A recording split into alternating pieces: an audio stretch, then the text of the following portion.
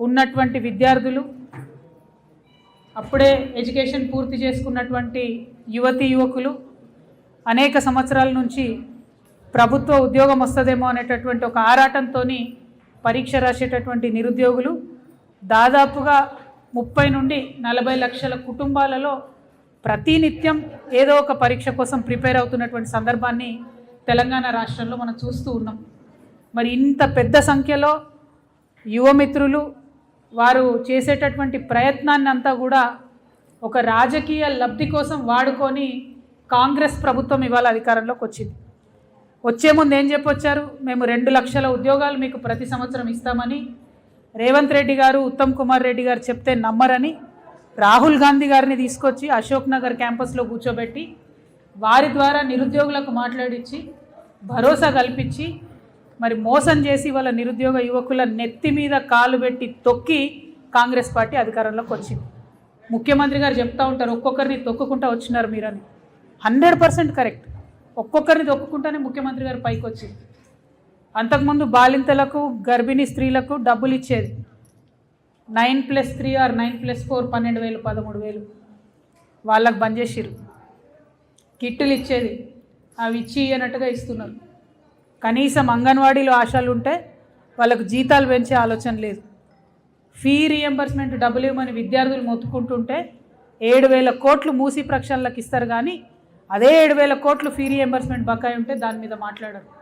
నిరుద్యోగ యువకులు నిరంతరం మాకు పోటీ పరీక్షలు వేయండి అంటే ఆ జీవోల గురించి మాట్లాడరు. ఇవాళ స్పెసిఫిక్గా ఈ రాష్ట్ర ప్రభుత్వమే నిలదీస్తూ ఉన్నాం. మీరు ఏదైతే 2 లక్షల ఉద్యోగాలు ఇస్తామన్నారో ఎందుకు ఇంతవరకు కనీసం జాబ్ క్యాలెండర్ ప్రకటిస్తలేరు? పైగా ఓకే ఏదైనా డీలే అవుతుందంటే కనీసం ప్రభుత్వం ఒక ఎక్సర్సైజ్ చేయాలి సిన్సియారిటీతో. ఫర్ ఎగ్జాంపుల్ ఈ రాష్ట్రంలో ఏ నోటిఫికేషన్ ఇద్దామన్నా ఏదో ఒక జీవో అడ్డం ఉంది. కనీసం దాని మీద గవర్నమెంట్ ఎక్సర్సైజ్ చేస్తలేదు. ఇవాళ పర్టికులర్గా డిగ్రీ లెక్చరర్స్ గురించి మాట్లాడదాం అనుకున్నాం. అయితే డిగ్రీ లెక్చరర్ల ఉద్యోగాలు వేయాలంటే జీవో నంబర్ 4 అడ్డంకిగా మారింది. అది మొన్ననే ఫ్రెష్గా రేవంత్ రెడ్డి గారు తీసుకొచ్చారు. డిఎస్సి వేద్దాం, టీచర్ పోస్టులు ఖాళీ ఉన్నాయి 20,000 పైగా అనుకుంటే 108 జీవో అడ్డం ఉంది. చంద్రబాబు నాయుడు గారు ఇచ్చిన జీవో ఇప్పటి వరకు కూడా 108 జీవో అడ్డం ఉంది. ఆనాడు ఆ ప్రభుత్వం మార్చలే, ఈనాడు ఈ ప్రభుత్వం మారుస్తలేదు. గ్రూప్స్ వేద్దామంటే GO number 29 SC ST BC మొత్తం అందరు విద్యార్థుల నోట్ల మట్టి కొడుతూ రేవంత్ రెడ్డి గారు తీసుకొచ్చిన జీవో అది అడ్డం. పోలీసు ఉద్యోగాలు వేద్దామంటే జీవో 46 అడ్డం. గురుకులాల్లో ఉద్యోగాలు వేద్దామంటే జీవో 81 అడ్డం. కనీసం ఈ జీవోల మీద ఒక్కసారి మీరు అడిగినరా, మాట్లాడినరా, నిరుద్యోగులను పిలిచిండ్రా, ఎవరినన్నా ఎక్స్పర్ట్స్ని పిలిచిండ్రా? అసలు ఎందుకోసం తెచ్చిర్రు ఈ జీవోలు? ఎవరి కోసం తెచ్చిండ్రు ఈ జీవోలు? మీరు ఇచ్చే నోటిఫికేషన్ వల్ల లాభం ఏం జరుగుతున్నది? ఇవాళ డిగ్రీ కాలేజ్ లెక్చరర్లకు 15 సంవత్సరాలైంది. తెలంగాణ రాష్ట్రం రాకముందు 2011లో నోటిఫికేషన్ ఇస్తే ఇప్పటి వరకు డిగ్రీ కాలేజ్ లెక్చరర్కి ఇవ్వలే notification. First time after 15 years వస్తుంది. సరే 15 ఏళ్ళ తర్వాత నోటిఫికేషన్ వస్తుంది కదా అనుకుంటే దానికి ఒక కొత్త జీవో నంబర్ 4 అని తెచ్చిరు. మామూలుగా నెట్ సెట్ జరుగుతుంటుంది, national eligibility test every year కేంద్ర ప్రభుత్వం పెడతానే ఉంటుంది. 2 సార్లు పెడతారు, వాళ్ళ టైం టేబుల్ ప్రకారం జరుగుతుంది. ఇక్కడ స్టేట్ ఎలిజిబిలిటీ టెస్ట్ పెట్టాలి, ప్రతి సంవత్సరం పెట్టాలి. కానీ ఈ ప్రభుత్వం వచ్చినాక 3 ఏళ్లలో ఒకసారి పెట్టిండ్రు. మీరు సెట్ పెట్టారు, మీరు డిఎల్ ఎగ్జామ్ వేయబట్టి ఎట్లా క్వాలిఫై అవుతారు పిల్లలు? 1 2 ఎన్నడూ అంతకుముందు డిగ్రీ కాలేజ్ లెక్చరర్ ఉద్యోగాల్లో ఇంటర్వ్యూ లేదు. ఇప్పుడు కొత్తగా ఇంటర్వ్యూ పెట్టి దానికి 10 మార్కులు పెట్టిరు. ఎవరి కోసం పెట్టిండ్రు? ఇంటర్వ్యూలు ఎవరికి ఫేవర్ చేద్దామని పెట్టిండ్రు. ఓకే అది సరే 10 మార్కులే కదా అని విద్యార్థులు ప్రిపేర్ అవుదామంటే పిహెచ్డీకు 25 మార్కులను వెయిటేజ్ పెట్టిండ్రు. ఎందుకోసం 25 మార్కులు పెట్టిండ్రు పిహెచ్డీకి అని అంటే ఆన్సర్ లేదు. పోనీ పిహెచ్డీలు మీరు అడ్మిషన్లు బాగా బీభత్సంగా ఇస్తున్నారా అంటే అది కూడా లేదు. ఎక్కడ అడ్మిషనే లేదు, మీరు పిహెచ్డీ ఎట్లా పెడతారు ఎలిజిబిలిటీ? దానికి కూడా 25 మార్క్స్ పెట్టిండ్రు. అంటే ఇది కేవలం ఎట్లయితే గ్రూప్ 1లో కొంతమందిని సెలెక్ట్ చేసుకోవడానికి కొన్ని సెంటర్లు వేసిర్రో డిగ్రీ కాలేజ్లో కూడా మీకు నచ్చిన వాళ్ళను, మీ నాయకుల పిల్లలను, కాంగ్రెస్ కార్యకర్తలను నింపుకోవడానికి మాత్రమే ఈ కొత్త జీవో ఇవ్వడం జరిగింది. ఇందులో ఎటువంటి అనుమానం లేదు. ఈ జీవో 4ని తక్షణమే రద్దు చేయాలి. దాదాపుగా 40,000 మంది విద్యార్థులు దీని మీదనే ఆధారపడి ఎన్నో రోజుల నుంచి ప్రిపేర్ అవుతున్నారు. ఖచ్చితంగా రద్దు చేయాలి. ఇంకొక ఫెయిల్యూర్ కూడా ఈ ప్రభుత్వం చెప్పాలి. ఈ బీఎస్సీ నర్సింగ్ అసోసియేషన్ వాళ్ళు వచ్చిపోయిన మొన్న వీళ్ళకి ఎగ్జామ్ వేసిరు, 40,000 మందికి ఎగ్జామ్ వేసిరు, వాళ్ళు రాసిండ్రు. 1:25 రేషియోలో సెలెక్షన్ చేస్తామని చెప్పి ఇంతవరకు రిజల్ట్ బయట పెట్టరు. 9 నెలలు అవుతుంది. ఆ పిల్లలు తిరుగుతారు ఆఫీస్ చుట్టూ. తిరిగితే కసిరించుకోవడం వలన మొన్నైతే లిటరలీ సెక్యూరిటీ వాళ్ళని పెట్టేసి నిరుద్యోగుల్ని బయటకు నూకేసింది మీ ప్రభుత్వం. ఎవరి కోసం చేస్తున్నారు మరి మీరు పరిపాలన, ఎందుకోసం చేస్తున్నారు? ఇన్ని లక్షల మందిని అఫెక్ట్ అయ్యేటటువంటి ఈ జీవోలన్నీ కూడా పెట్టుకొని వాటి మీద కనీసం రివ్యూ చేయకుండా, మూసీ మీద రివ్యూ చేయడానికేమో టైం ఉంటుంది ముఖ్యమంత్రి గారికి, నిరుద్యోగుల మీద మాత్రం రివ్యూ చేయడం లేదు. మేము ఇవాళ పాయింట్అవుట్ చేస్తున్నాం, 5 జీవోలు ఉన్నాయి ఈ రాష్ట్రంలో రద్దు కావాల్సినవి. జీవో నంబర్ 4 డిగ్రీ లెక్చరర్స్కి అడ్డం ఉన్నది, జీవో నంబర్ 108 టీచర్ పోస్టులు డిఎస్సీల కోసం అడ్డం ఉన్నది, GO number 29 SC ST BC పిల్లలకు డైరెక్ట్గా అన్యాయం చేస్తున్నది, పోలీసులో జీవో 46, గురుకులాలలో జీవో 81, ఇక మా ఆడబిడ్డలకు అన్యాయం చేసే జీవో 4. ఇవన్నిటిని కూడా రద్దు చేయాలి. నిరుద్యోగులను మీరు విస్మరిస్తే ప్రతి గ్రామంలో ప్రతి మండలంలో మేము వారి దగ్గరికి వెళ్తాం, వారితో మాట్లాడతాం, వారిని సమాయత్తం చేస్తాం, వారిని ఉద్యమంలోకి తీసుకొస్తాం. మీ మెడల్ వంచి ఈ జీవోలు రద్దు చేయించి నోటిఫికేషన్లు ఇప్పిస్తాం. మీరు 2 లక్షలు ఇస్తామని చెప్పిన ప్రతి సంవత్సరం మేము అది సాధించే వరకు, మీరు ఆ నోటిఫికేషన్లు వేసేంత వరకు కూడా ప్రభుత్వం వెంటబడతామని ఈ సందర్భంగా తెలియజేస్తూ, నిరుద్యోగ యువతీ యువకులు దయచేసి ధైర్యంగా ఉండండి. మీ పక్షాన అడగడానికి, మీ పక్షాన పోరాటం చేయడానికి తెలంగాణ జాగృతి మీకు అండగా ఉంటుందని తెలియజేస్తూ, ఒక్క 2 మినిట్స్ నిరుద్యోగ యువకులకు ఇస్తాను, దయచేసి మీడియా మిత్రులు ఏమనుకోవద్దు. రవి రాథోడ్ గారు తెలంగాణ జాగృతి యువజన విభాగంలో రాష్ట్ర ఉపాధ్యక్షులు మాట్లాడవలసింది కోరుతున్నాను. ఫాస్ట్గా చేయబెట్టు, కూర్చొని మాట్లాడు, క్విక్గా పాయింట్ చెప్పు, తర్వాత మీడియా మిత్రులకు ధన్యవాదాలు. ఈరోజు ఈ సమావేశం నిర్వహించినటువంటి కవితమ్మ గారికి ధన్యవాదాలు. ముఖ్యంగా ఏంటంటే మన తెలంగాణ రాష్ట్రంలో నిరుద్యోగ సమస్య అనేటువంటి చాలా పెద్ద ఎత్తున ఉంది. ఈ నిరుద్యోగ సమస్యను ఎందుకు విస్మరిస్తూ ఉన్నారు? ఈ జరిగినటువంటి అసెంబ్లీ సమావేశంలో నిరుద్యోగుల గురించి మాట్లాడడం చెప్తే వీళ్ళు సారా గురించి మాట్లాడతారు. సారా గురించి మాట్లాడి తకీలా గికీలా అనేటువంటి పేర్లు పెట్టి వీళ్ళు ఇంత టైం ఉన్నది కదా, మీరు స్పోర్ట్స్ ఆడుతూ ఉన్నారు, ఇంత టైం ఉంది కానీ నిరుద్యోగుల గురించి మాట్లాడేటువంటి సమయం ఈ యొక్క ముఖ్యమంత్రికి లేదు.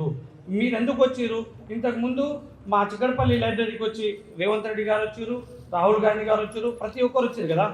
మా నిరుద్యోగుల మీదనే కదా మీరు మీ యొక్క ప్రభుత్వాన్ని తెచ్చుకున్నది. కానీ ఈ రోజు వరకు 2.5 సంవత్సరాలు అయింది, ఒక్క నోటిఫికేషన్ అంటే ఒక్క నోటిఫికేషన్ ఇవ్వలేదు. మీరు ఇచ్చినటువంటిది 67,000 ఉద్యోగాలు కరెక్ట్ లెక్క చెప్తా, ఏమన్నా తక్కువైతే నా తలకాయ ఇచ్చేస్తున్నారు కదా రేవంత్ రెడ్డి గారు. మీరు నిన్న అసెంబ్లీ సాక్షిగా ఎంత అన్నారు? 16,700 ఉద్యోగాలు మేము ఇచ్చినాం అనేటువంటిది అంటా ఉన్నారు. అసెంబ్లీ సాక్షిగా మీరు 16,700 ఉద్యోగాలు ఇచ్చారనేది మీరు ఒప్పుకున్నారు. మీ తలకాయ అనేటువంటిది ఏ కత్తి తీసుకొని రావాలి, ఏ రాజులు వాడినటువంటి కత్తి తీసుకొని రావాలనో నడకడానికి మీరు చెప్పండి, మేము వస్తాం. కానీ మీరు ఖచ్చితంగా చెప్తా ఉన్నా ఈ యొక్క జాబ్ క్యాలెండర్ అనేటువంటిది విడుదల చేసి నిరుద్యోగ భృతి అనేటువంటిది ఇవ్వాలి. దాంతోపాటు 2 లక్షల ఉద్యోగ నోటిఫికేషన్ అనేటువంటిది ఖచ్చితంగా ఇచ్చేంత వరకు తెలంగాణ జాగృతి ఖచ్చితంగా నిరుద్యోగుల పక్షాన ఉంటుంది.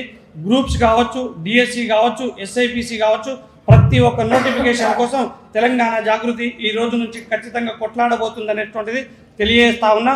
నిరుద్యోగ మిత్రులు అధైర్యపడొద్దు, ఎవరు చనిపోవద్దు. ఇప్పటికీ 20 మంది విద్యార్థులు చనిపోయారు. మీకు తెలుస్తలేదా ముఖ్యమంత్రి గారు? మీ ఇంట్లో ఎవరైనా చనిపోతే మీకు ఈ విధంగానే ఉంటుందా? చేతికి వచ్చినటువంటి పిల్లలు చనిపోతూ ఉంటే తల్లిదండ్రులు అసలు ఏం చేసుకోవాలనేటువంటిది తెలుస్తలేదు. అందుకే మీకు తక్షణమే మేము డిమాండ్ చేస్తూ ఉన్నాం, ఉద్యోగ నోటిఫికేషన్ ఇవ్వండి. 40,000 ఉద్యోగాలు ఖాళీ ఉన్నాయనేటువంటిది చెప్పారు కదా, ఫైనాన్స్ కమిషన్ క్లియర్ అయి ఉన్నది. అవి ఎందుకు ఇస్తలేరు? ఈ 40,000 ఇవ్వండి ఫస్ట్. 2 లక్షలు ఎలాగో మీకు శాత కాదనేటువంటిది అర్థమవుతా ఉంది. అందుకే డిమాండ్ చేస్తూ ఉన్నాం, ఖచ్చితంగా మీరు రిలీజ్ చేయాల్సిందే. Thank you. అస్మా గారు మాట్లాడవలసింది కోరుతున్నాను. అందరికీ నమస్కారం. మనకి టీజీపీఎస్సీ బోర్డు రిజిస్టర్ చేసుకున్న ఓటీఆర్స్ ప్రకారం 30 లక్షల మంది నిరుద్యోగులు ఈరోజు తెలంగాణ రాష్ట్రంలో ఉన్నారు. అయితే ఎప్పుడైతే ఈ ఓటీఆర్ కొత్త రిజిస్ట్రేషన్ కాకముందే 30 లక్షల మంది ఉన్నారు. అంటే 30 లక్షల మంది నిరుద్యోగులు అంటే ఈ నిరుద్యోగులంతా 30 లక్షల మంది కుటుంబాలు.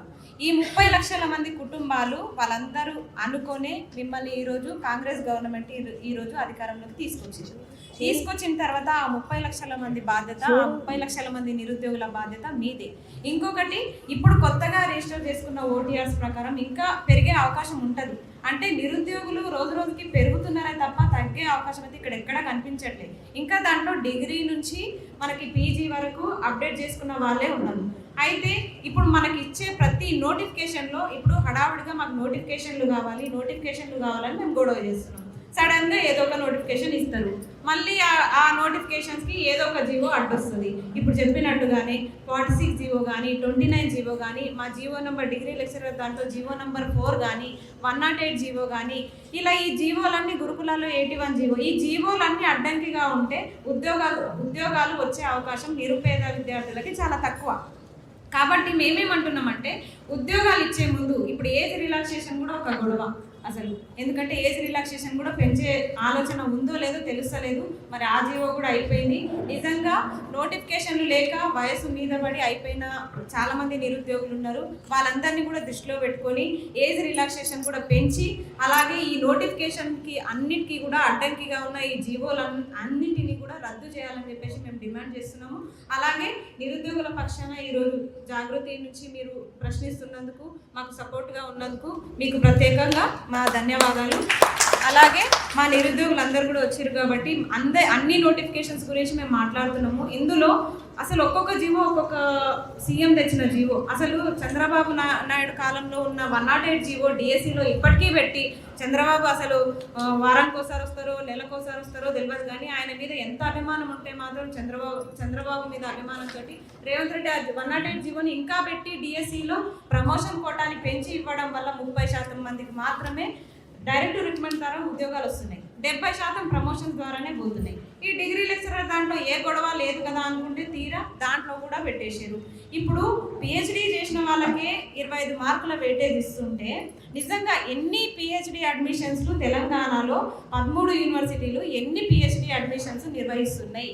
ఒకవేళ ఎప్పుడోసారి 5 సంవత్సరాలకో 6 సంవత్సరాలకో పిహెచ్డి అడ్మిషన్స్ నిర్వహిస్తే దాంట్లో సబ్జెక్టుల వారీగా ఎన్ని సీట్లు కేటాయిస్తున్నారు? ఎంతమందికి నిరుపేద విద్యార్థులకు డాక్టరేట్ పట్టాలు ఇస్తున్నారు? పిహెచ్డి 5 సంవత్సరాలు చేసే కంటే యూజీసీ నెట్ కానీ సెట్ కానీ ప్రిపేర్ అయ్యి దానికి సమానంగా ఉన్న పరీక్షలు మేము అర్హత సాధిస్తే డిగ్రీ లెక్చరర్గా మేము ఉద్యోగం సాధించవచ్చు అనే ఒక 16 సంవత్సరాల నిరీక్షణకి మీరిచ్చే ఫలితం జీవో నంబర్ 4. దీనివల్ల చాలామంది నిరుపేద విద్యార్థులు నష్టపోతున్నారు. కాబట్టి తక్షణమే జీవో నెంబర్ 4ని రద్దు చేయాలని చెప్పేసి డిగ్రీ లెక్చరర్ కోసం ఎవరైతే విద్యార్థులు ప్రిపేర్ అవుతున్నారో వాళ్ళందరి తరపు నుంచి మేము డిమాండ్ చేస్తున్నాం. చెప్తారా? పేరు చెప్పి ఫాస్ట్ చెప్పేసి. నా పేరు కిరణ్. అందరికీ నమస్కారం అన్న. ప్రభుత్వం వచ్చి 2.5 సంవత్సరాలు అయినా ఇప్పటి వరకు ఒక్క నోటిఫికేషన్ ఇవ్వకపోవడం అనేది చాలా పరిస్థితి ఘోరంగా ఉన్నది నిరుద్యోగులది.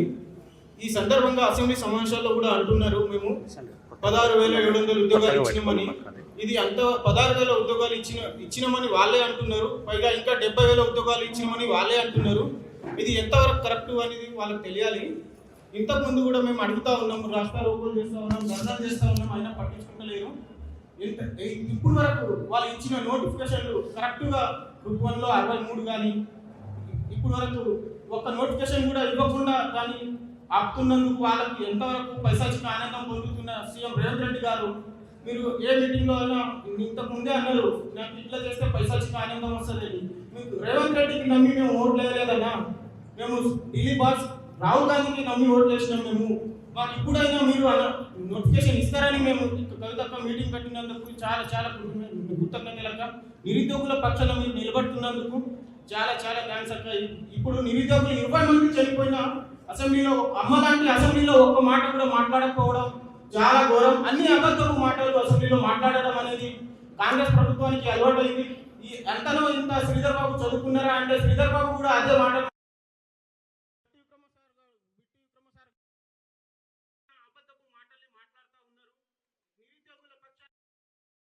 సెంట్రల్ లైబ్రరీ నుంచి మేము 30 బస్సులు కట్టుకొని పోయినాం. మేము ఈరోజు మీరు ప్రమాణ స్వీకారం రోజు ఒకటే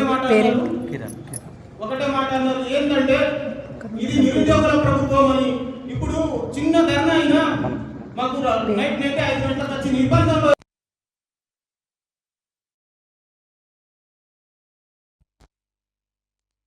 నిరుద్యోగులు 20 మంది చనిపోతా ఉన్నారు. మీరు ఇప్పుడైనా దాన్ని చూసి ఒక నోటిఫికేషన్ అయినా ఇస్తారేమో అని ఆశిస్తున్నాం.